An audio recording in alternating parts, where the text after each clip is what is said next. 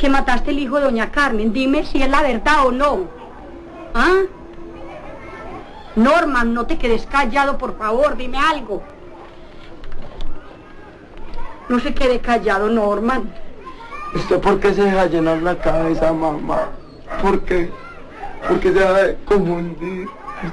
¡Qué profundo! No tengo la menor idea de qué pasa. Las ñeronovelas, producciones muy particulares, muy gaminas y por supuesto un deleite audiovisual. Todos en algún momento de la vida hemos disfrutado de alguna producción donde hay barrios así, por lo menos un colegio y por supuesto diálogos tan surrealistas como estos. Parcerito, un consejo de amigo. ¿Sabe qué, perro? No ande por ahí solo porque lo van a venir quebrando, ñero, a lo bien. Ya la robaron a rato. Ya me robaron. No, porque va a perder, no. Porque ya perdió ya. ¿Cómo que no perdió, gonorrea? El día de hoy les voy a hablar de un cierto subgénero de la televisión colombiana que vulgarmente le vamos a decir ñeronovelas. ¿De dónde salió este género? ¿Por qué a la gente le gusta? ¿Y cuáles son las mejores ñeronovelas? Son cosas que vamos a averiguar a lo largo de este video. No siendo más, vayan por un yogo de fresa porque les presento el surrealista género de las ñeronovelas. ¡Comencemos!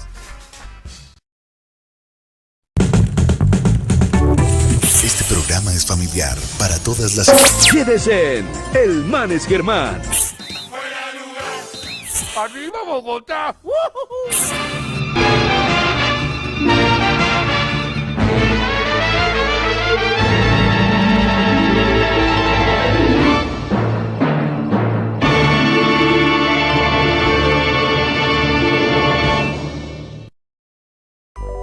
Bueno, para saber de dónde vienen estas jocosas producciones, debemos saber de dónde se origina ese afán de priorizar y vender esa estética urbana del sur y sobre todo esa clase media que los del norte tanto critican. Resulta que yo subo un video diciendo que yo estudio en la mejor universidad del país, yo estudio en la Javeriana, y mucha gente me empezó a decir, no, usted no sabe nada de la vida, la mejor universidad del país es el SENA. Y yo respondo a eso como, oigan, pero el SENA es un río. Uy. El cine colombiano de los 70s, 80s y 90s tiene la particularidad de que en sus dialectos siempre tiene que haber una mala palabra o una guachada para algún diálogo, cosa cual es muy común para un colombiano promedio, que no podemos decir ni una sola oración donde no haya una grosería de por medio, y para una película colombiana no iba a ser una excepción. Sin embargo, a quien yo le atribuyo el inicio de hacer producciones ñeras, o en su efecto con un tono bastante, ¿cómo decirlo?, crudo, es al señor Víctor Gaviria. Para los cinéfilos que ya conocen a este señor, y para los que no, el señor Víctor Gaviria es para mí el padre y creador de las ñeronovelas, indirectamente claro. Para que más o menos sepan de cuál es mi punto, él hizo la película de La vendedora de rosas. Ay, ahora sí ya me entienden, ¿no? Yo sí soy una loca. Dormía. Víctor Gaviria es un cineasta que desde los 80 se ha dedicado a retratar la realidad social de Colombia, específicamente en Medellín. Sus cortometrajes y películas son prueba de ello, pero en la película donde se evidencia el inicio de hacer producciones con una estética cruda y urbana es con la película Rodrigo de No Futuro del año 1990.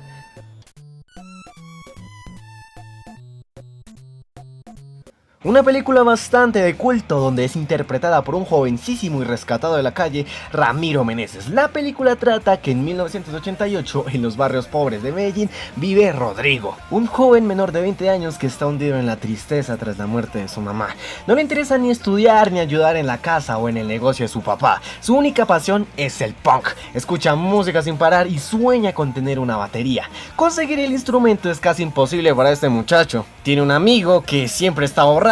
Hay un metalero que se niega a venderle una batería ya que desprecia con toda su alma a los punquetos. Rodrigo entonces se fabrica sus propias banquetas y practica en las paredes de los tenderos del barrio. Después de una serie de cosas muy fuertes para Rodrigo, al final se lanza de un edificio. Al final de la película hay una dedicatoria sobre varios actores que fallecieron tras la filmación de la película. Básicamente les arrebataron la vida y partieron sin por lo menos tener 20 años de edad. Curiosamente, esta película fue protagonizada por jóvenes sacados de la mismísima calle. Ninguno de ellos era actor. Varios de los adolescentes que participaron en la película fallecieron incluso antes del estreno de la misma. Mismo suceso que pasaría más adelante con La Vendedora de Rosas. Me llama mucho la atención cómo el señor Víctor Gaviria optaba por introducir gente en situación de calle real y lamentablemente les arrebataban la vida. Si no han visto Rodrigo de No Futuro, se la recomiendo. Es tan cruda como la Colombia misma. Y por supuesto que en esa producción hay escenas bastante crudas con un lenguaje que no es para nada amigable. Con esto se podría decir que se daría al inicio de hacer producciones donde reflejan la dura situación del país, pero la película con la que se popularizó este tipo de contenido fue con La Vendedora de Rosas. La mayoría de personas conocemos esta película al derecho y al revés. Retrata de una manera triste una realidad que a más de 27 años se siente en la actualidad. ¿Pa' qué? Esta película, con todo respeto, llega a ser hasta hilarante. Bien sea por algunas actuaciones y frases que hoy en día se deberían considerar patrimonio del país. El impacto que tuvo esta película en todo el país fue bastante grande, incluso a nivel internacional. Esta película fue presentada en el Festival de Cannes de 1990 y siendo altamente aclamada. Esta película significaría una nueva vida para los actores jóvenes que estaban ahí, ya que se les dio la oportunidad de salir de ese mundo de las calles para así dedicarse a algo un poco más productivo, pero todos sabemos que la mayoría terminaron con un final fatal. Con las producciones crudas del señor Víctor Gaviria, muchos televidentes conectaban con estas dramatizaciones duras que reflejaban las problemáticas bastante comunes y evidentes del país. Insisto, aquí en Colombia somos más la población pobre o clase media que las personas adineradas. El público para este tipo de producciones está y es muy numeroso. Con todo esto explorado y por supuesto planteado al público, un año después de La Vendedora de Rosas, o sea en 1999, aparecería el señor Gustavo Bolívar. Muchas personas conocen a este peculiar señor. Unos lo conocen como libretista y otros lo odian como petrista. Me salió hasta rima. Pero aquí en este canal no vamos a hablar absolutamente nada de política. No. Gustavo Bolívar apareció en 1999 como libretista y escritor. Tuvo la oportunidad de producir un dramatizado llamado Unidad Investigativa. Fue un programa recreando al propio estilo de Mujer, casos de la vida real, historias de la vida real, valga la redundancia, llenas de romance, drama, suspenso y todo tipo de circunstancias que solo pasan aquí en Chichombia. Este dramatizado hizo un segmento bastante particular donde iba solo a tratar de un joven estudioso y bastante inofensivo que con el tiempo se torcería, como diría mi papá, por las malas amistades. Y hasta ahí iba a parar. Lo que no se sabía es que este segmento sería tan popular que dio paso a hacerle una producción independiente. Estoy hablando de Pandillas, Guerra y Paz.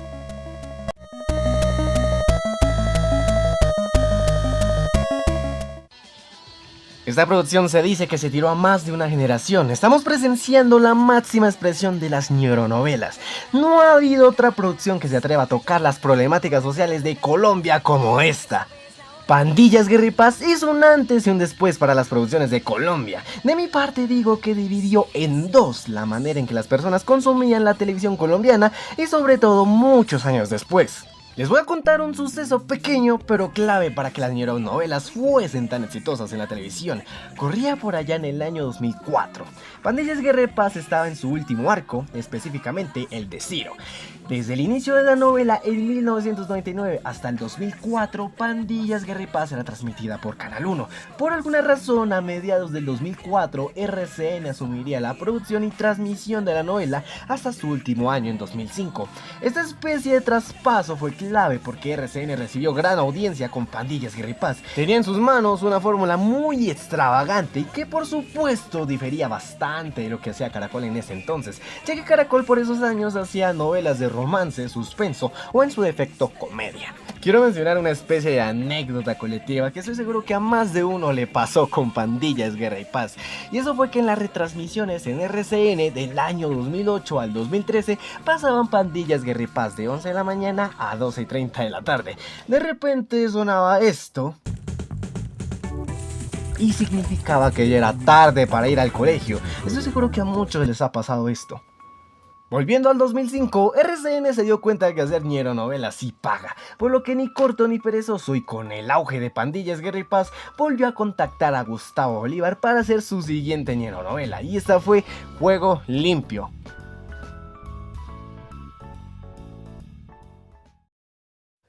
Juego Limpio fue una novela de barras bravas. Aprovechando que RCN tenía ciertas licencias de equipos de fútbol de la Liga Postobón, hizo una novela de barras bravas. Esta ñero novela narra la historia de un amor que surge en medio de la violenta rivalidad de las barras bravas de equipos de fútbol de Bogotá como Santa Fe, Millonarios y otros equipos. Una vieja resulta herida en un enfrentamiento y es ayudada por el líder de la barra, quien se enamora de ella. Su relación se vuelve fea porque bueno, la vieja va a estar en constante peligro con gente así. Eso hoy en día aún se ve. A medida que el romance florece entre peleas de hinchadas y reglas estrictas, la pareja busca la manera de estar juntos a pesar de los peligros. La trama se desarrolla entre encuentros secretos, arrestos para la UPJ y muchas pero muchas ñeradas dignas de esa época. A esta novela le fue bastante bien. RCN aquí tendría un tipo de público fiel que estaba dispuesto a ver estas novelas ñangas, que por supuesto se veían baratas con respecto a lo que hacía Caracol en ese entonces, aunque Caracol nunca se atrevió a hacer una ñero novela, nunca, y francamente yo puedo identificarme más con algo así. Manu, ay, llegó la luz de la casa. ¿Dónde andaba, mijito? Me ha hecho tanta falta. ¿Dónde andaba? En la droguería, papá. Ah, qué bueno, qué bueno. Permiso que tengo que hablar con el muchacho. Sí, señor. ¿Dónde andaba? Papá, tuve que salir a comprar un remedio. ¿Cómo no? Todos quedamos convencidos. ¿Dónde andaba, carajo? Y no con algo así. No sé, eso solo lo puedes saber si apuesta conmigo. Mucho gusto, Carolina. Mucho gusto, Toño. Caro, ¿nos vamos ya? Ay, espérese, ¿no? ¿Que estamos apostando algo? ¿La gaseosa? No, no tengo plata. Pero podría ser el número de teléfono de mi casa. Nah. ¿Recuerdan que dije que la manera de ver televisión colombiana se iba a dividir? Pues bueno, con esto digo y sin ninguna autoridad más que la de dar a conocer una teoría, y es que Caracol hace novelas más para gente de estrato alto, del norte, y la lista podría seguir y seguir, mientras que RCN aprovecha sus recursos un tanto limitados para hacer novelas simples, pero que son altamente llamativas por los temas que toca.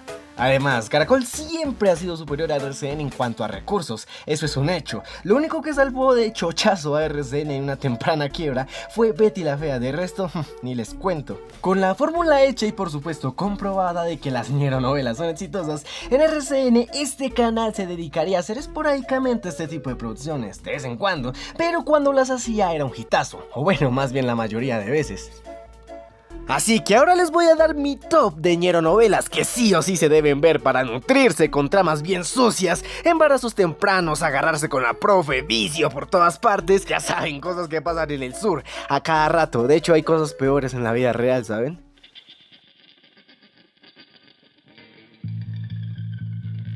Número 4. Rosario Tijeras. Esta es una de las novelas más fuertes que ha podido producir RCN. Esta es la segunda adaptación del libro del señor Jorge Franco del mismo nombre. Se estrenó el 8 de febrero del 2010 a las 10 de la noche, debido a que es una producción con clasificación más 18. La historia sigue una pelada llamada Rosario, que crece en la Comuna 13, uno de los barrios más feos de Medellín. Es hija de Rubí, una estilista de barrio que mantiene unida a la familia. Tiene dos hermanos, John F., que trabaja como sicario, y Eric. A lo largo de la historia, la serie muestra cómo la señorita Rosario trata de sobrevivir en un entorno muy peligroso. Poco a poco esto la lleva cada vez a hacer vandalismo y con el tiempo termina convirtiéndose en delincuente y asesina. En medio de su vida llena de caos y adrenalina, conoce a dos manes de familias ricas y reconocidas de la ciudad, Antonio y Emilio. Doña Rosario se enamora de los dos, pero ese amor termina en tragedia, llevándolos a ambos con Diosito. Esta novela tiene ligeras desviaciones con respecto al libro original, pero eso no la hace una mala producción. Esta novela, como dato curioso, en 2011 Ecuador la transmitió y tuvo un gran índice de audiencia. Sin embargo, la terminaron sacando del aire a mitad de su emisión por las escenas tan fuertes que tenía. Aunque la versión de DVD y la versión que llegó a estar en Netflix contiene 60 capítulos sin censura. Y no estoy hablando de la versión chafa mexicana que hicieron. Una gran producción que se la recomiendo. Número 4. Rosario Tijeras. Número 3. Lady, la vendedora de rosas. Esta novela está basada en Lady Tavares, la verdadera vendedora de rosas. Sí, esa misma que estuvo en la casa de los chandosos. Esta novela fue la penúltima ñeronovela que hizo RCN. Se estrenó el 16 de junio del 2015, siendo la producción más vista del país en ese año. Aquí en esta ñeronovela sería también una especie de bionovela de la vida de Lady Tavares. Aquí podemos ver su vida cuando era una niña y vivía en las calles de Medellín. Vemos su paso cuando fue elegida por Víctor Gaviria para hacer la película de La vendedora de rosas, todos los conflictos que pasaron durante el rodaje de la película y cómo esta terminaría tras las rejas por haber acabado con la vida de una persona. Recuerdo bien hace 10 años el furor que causó esta novela en la gente. Todo el mundo era hablando de esta novela. La persona que se encargó de ponerse en los zapatos de Lady fue la actriz Natalia Reyes, una de las pocas actrices colombianas en participar en una película estadounidense, la cual fue Terminator 6, Destino Oculto, una novela muy entretenida, ¿pa' qué se la recomiendo? Con ustedes, Lady, la vendedora de rosas. Número 2. 3 milagros. Cuando Milagros se encuentre con Milagros y Milagros y el amor de Milagros morirán. Esta es básicamente la trama de una novela de por allá del 2011. Fue una de las mejores propuestas que pudo hacer RCN. Una historia que está basada en el libro de 1970, Cuando quiero llorar no lloro, del escritor venezolano Miguel Otero. Esta sería la tercera adaptación de este libro, ya que en 1991 y en 2009 hicieron dos versiones llamadas Los Victorinos. El 20 de septiembre del 2011, RCN estrenó 3 milagros. La novela cuenta la historia de 3 mujeres llamadas Milagros, que nacen el mismo día y estas están unidas por una profecía. Las 3 mujeres, un milagro, un solo corazón, su destino es la muerte, muerte por amor. A pesar de venir de mundos muy distintos, o más bien estratos distintos, una rica, una pobre y la otra clase media. Sus vidas se cruzan cuando las 3 se enamoran del mismo man, Fernando Rendón. Ese encuentro activa la profecía y lo que empieza como una historia de amor se convierte en una tragedia marcada por el destino y que al final la profecía se cumple. Esta novela tiene algo muy pesado y es que estoy seguro que hoy en día estarían quejándose. Y ese es el romance de Fernando con la Milagros Tomba. Y es que ellos son tío y sobrina. Y ese romance está insinuado desde que Milagros era una niña. Yo no sé. En esta novela no solo podemos ver una excelente reinvención del libro original o de la adaptación, sino que también aquí la que más se luce es Farina, como Milu. A pesar de que Farina no cuenta con alguna formación actoral, eso no fue impedimento para que diera lo mejor de sí, ya que lo hizo excelente, y eso que solo era una cantante de género urbano. En el año 2018 TV Azteca hizo su versión mexicana, pero no se compara en lo absoluto a la original. Actualmente a la fecha que sube este video la están pasando a las 10:30 de la noche por si la quieren ver. Yo se la recomiendo, es una excelente novela, es imperdible. Así que pues con ustedes, número 2, 3 milagros.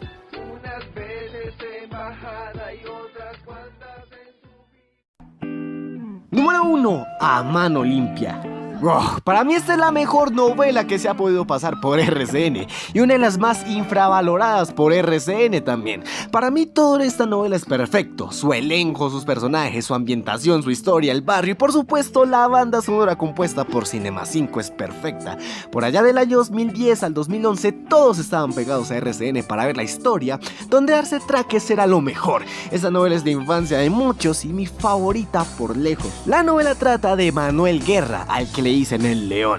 Sale de la cárcel tras 5 años porque el señor participaba en peleas clandestinas. Cuando salió de la cana, salió con la idea de cambiar su vida y evitar que su hermano Vicente, el personaje más casposo y loca de la novela, siga el mismo camino. Pero al volver al barrio descubre que este chino huevón, ya estaba metido en peleas ilegales, trabajando para el mismo hombre que lo arrastró en el pasado, o sea, el vikingo. En su intento por salvar a su hermano, Manuel se cruza con Silvia, una estudiante de psicología, enviada a hacer prácticas en el colegio de Vicente. Aunque al principio ella lo ve como una amenaza, pronto entiende que ambos buscan lo mismo y Manuel queda tragado de Silvia. Juntos se esfuerzan para cambiar las cosas del barrio Laberinto y fundar el gimnasio A Mano Limpia, donde los muchachos pueden entrenar boxeo de forma legal y encontrar apoyo para enfrentar sus problemas y construir un futuro mejor y esas cosas bonitas. Pero Vicentico al final de la novela quema el gimnasio. Esta novela tuvo una segunda temporada, pero pues le fue re mal debido a que Claudio Cataño, quien hacía de Manuel, no llegó a un acuerdo con RCN para la segunda temporada, lo cual hizo que se regrabara un nuevo final donde él muere, para así sacar la segunda temporada con Nicolás Mora, guerrillero. En una retransmisión del 2016, RCN presentó el final original de la novela, o también llamado el final alternativo, donde Manuel sobrevive al incendio y van tras el vikingo para así salvar a la doctora Silvia. Originalmente la segunda temporada partiría de este final, pero como bien dije antes, el señor Claudio Cataño no llegó a un acuerdo con RCN, lo cual desencadenó una segunda temporada sin él y un muy bajo índice de audiencia y un Mario Duarte guerrillero. Sí, literalmente en esta segunda temporada Mario Duarte está a modo guerrillo, ya que interpreta a un reinsertado de la guerrilla. Pero bueno, como bien dicen, los caminos de la vida no son como yo pensaba, no son como yo creía. Sin ti, aunque haya sol, no pasa nada. Algo en común que tienen estas ñero novelas es que están hechas por Teleset. No sé si recuerden ese loguito verde que salía cuando se acababan estas novelas en cuestión. Teleset es una productora de televisión colombiana que pertenece a Sony Pictures Televisión y tiene su sede en Bogotá y se encarga de crear distintos tipos de programas en español pensados para el público de América Latina y para los hispanohablantes en Estados Unidos. Es una productora muy exitosa y por aquel entonces tenía un acuerdo con RCN. Como dato curioso, esta Teleset es responsable de la tan odiada Metástasis. Ahí se los dejo. Sin embargo, no todas las producciones de esta estética urbana sonoro. También ha tenido fracasos como la segunda temporada de Pandillas Guerra y Paz, que le fue mal en audiencia. Esta una que pasó sin pena ni gloria, la cual se llama Mamá también. Y para finalizar tenemos Francisco el Matemático, la clase del 2017. Esta nueva versión de Francisco el Matemático no me pareció tan mala, es hasta entretenida. La última vez que hubo algo de Francisco el Matemático fue en el año 2004, o sea, 13 años después sacaron Francisco el Matemático 2017. Esta fue la última vez que RCN haría una novela de esta estética del sur. Colegios, problemáticas juveniles, comunes en la adolescencia, violencias intrafamiliar, etcétera, etcétera. La razón del por qué RCN dejó de producir novelas de ñeros es porque la última vez que lo hizo, es decir, con Francisco el Matemático 2017, es que le fue muy pésimo en rating. Y es que bueno, le fue pésimo en un año donde RCN tenía una de sus crisis más altas, ya que el canal tuvo un declive en audiencia abismal y considerable en ese año. Eso marcó un antes y un después para RCN en el año 2017. Eso significó recortes de presupuesto, despido de personal, el cierre de la franja bichos y un grandísimo etcétera, una serie de eventos que hicieron que el canal reduciera mucho su músculo financiero. Al día de hoy no se ha vuelto a ver una producción de este tipo y yo creo que es porque son muy de esa época. Una época donde de cierta manera el contenido era un poco más atrevido debido a que el internet y la sociedad como tal no eran tan exigentes o más bien no eran tan quisquillosos a la hora de ver y tocar ciertos temas. Creo que hoy en día ver una producción nueva de este tipo va a ser casi imposible. Por el lado de RCN, si revisamos su programación podemos ver que a duras penas tiene contenido nuevo, así como tal producción nueva es ese huesazo de remake de La hija del mariachi, porque por lo demás hoy en día su rentabilidad están en los realities que saca. Además es un hecho que le sale mucho más rentable producir para plataformas de streaming que al canal principal, y eso es una visión de lo que vendrá para el futuro, para estos canales de televisión. No tengo nada más que decir, que bueno que llegaron a existir este tipo de producciones, fue bueno mientras duró, y esperemos qué pasará en el futuro con estos canales a punto de fallecer.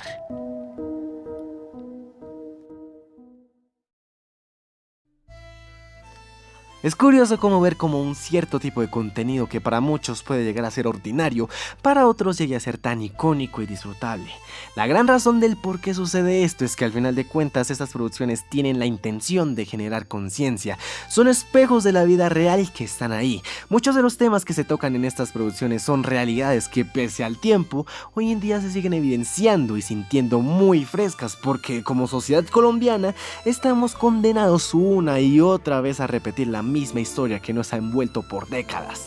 Más allá del hilarante que puede ser ciertas situaciones que nos plantean estas novelas, si lo vemos de una manera objetiva y reflexiva, nos gusta tanto estas producciones porque en cierta manera y en últimas es ver nuestra vida o entorno reflejado a través de una pantalla. Llegamos a identificarnos y conmovernos porque son historias de la vida real que le pueden pasar a cualquiera.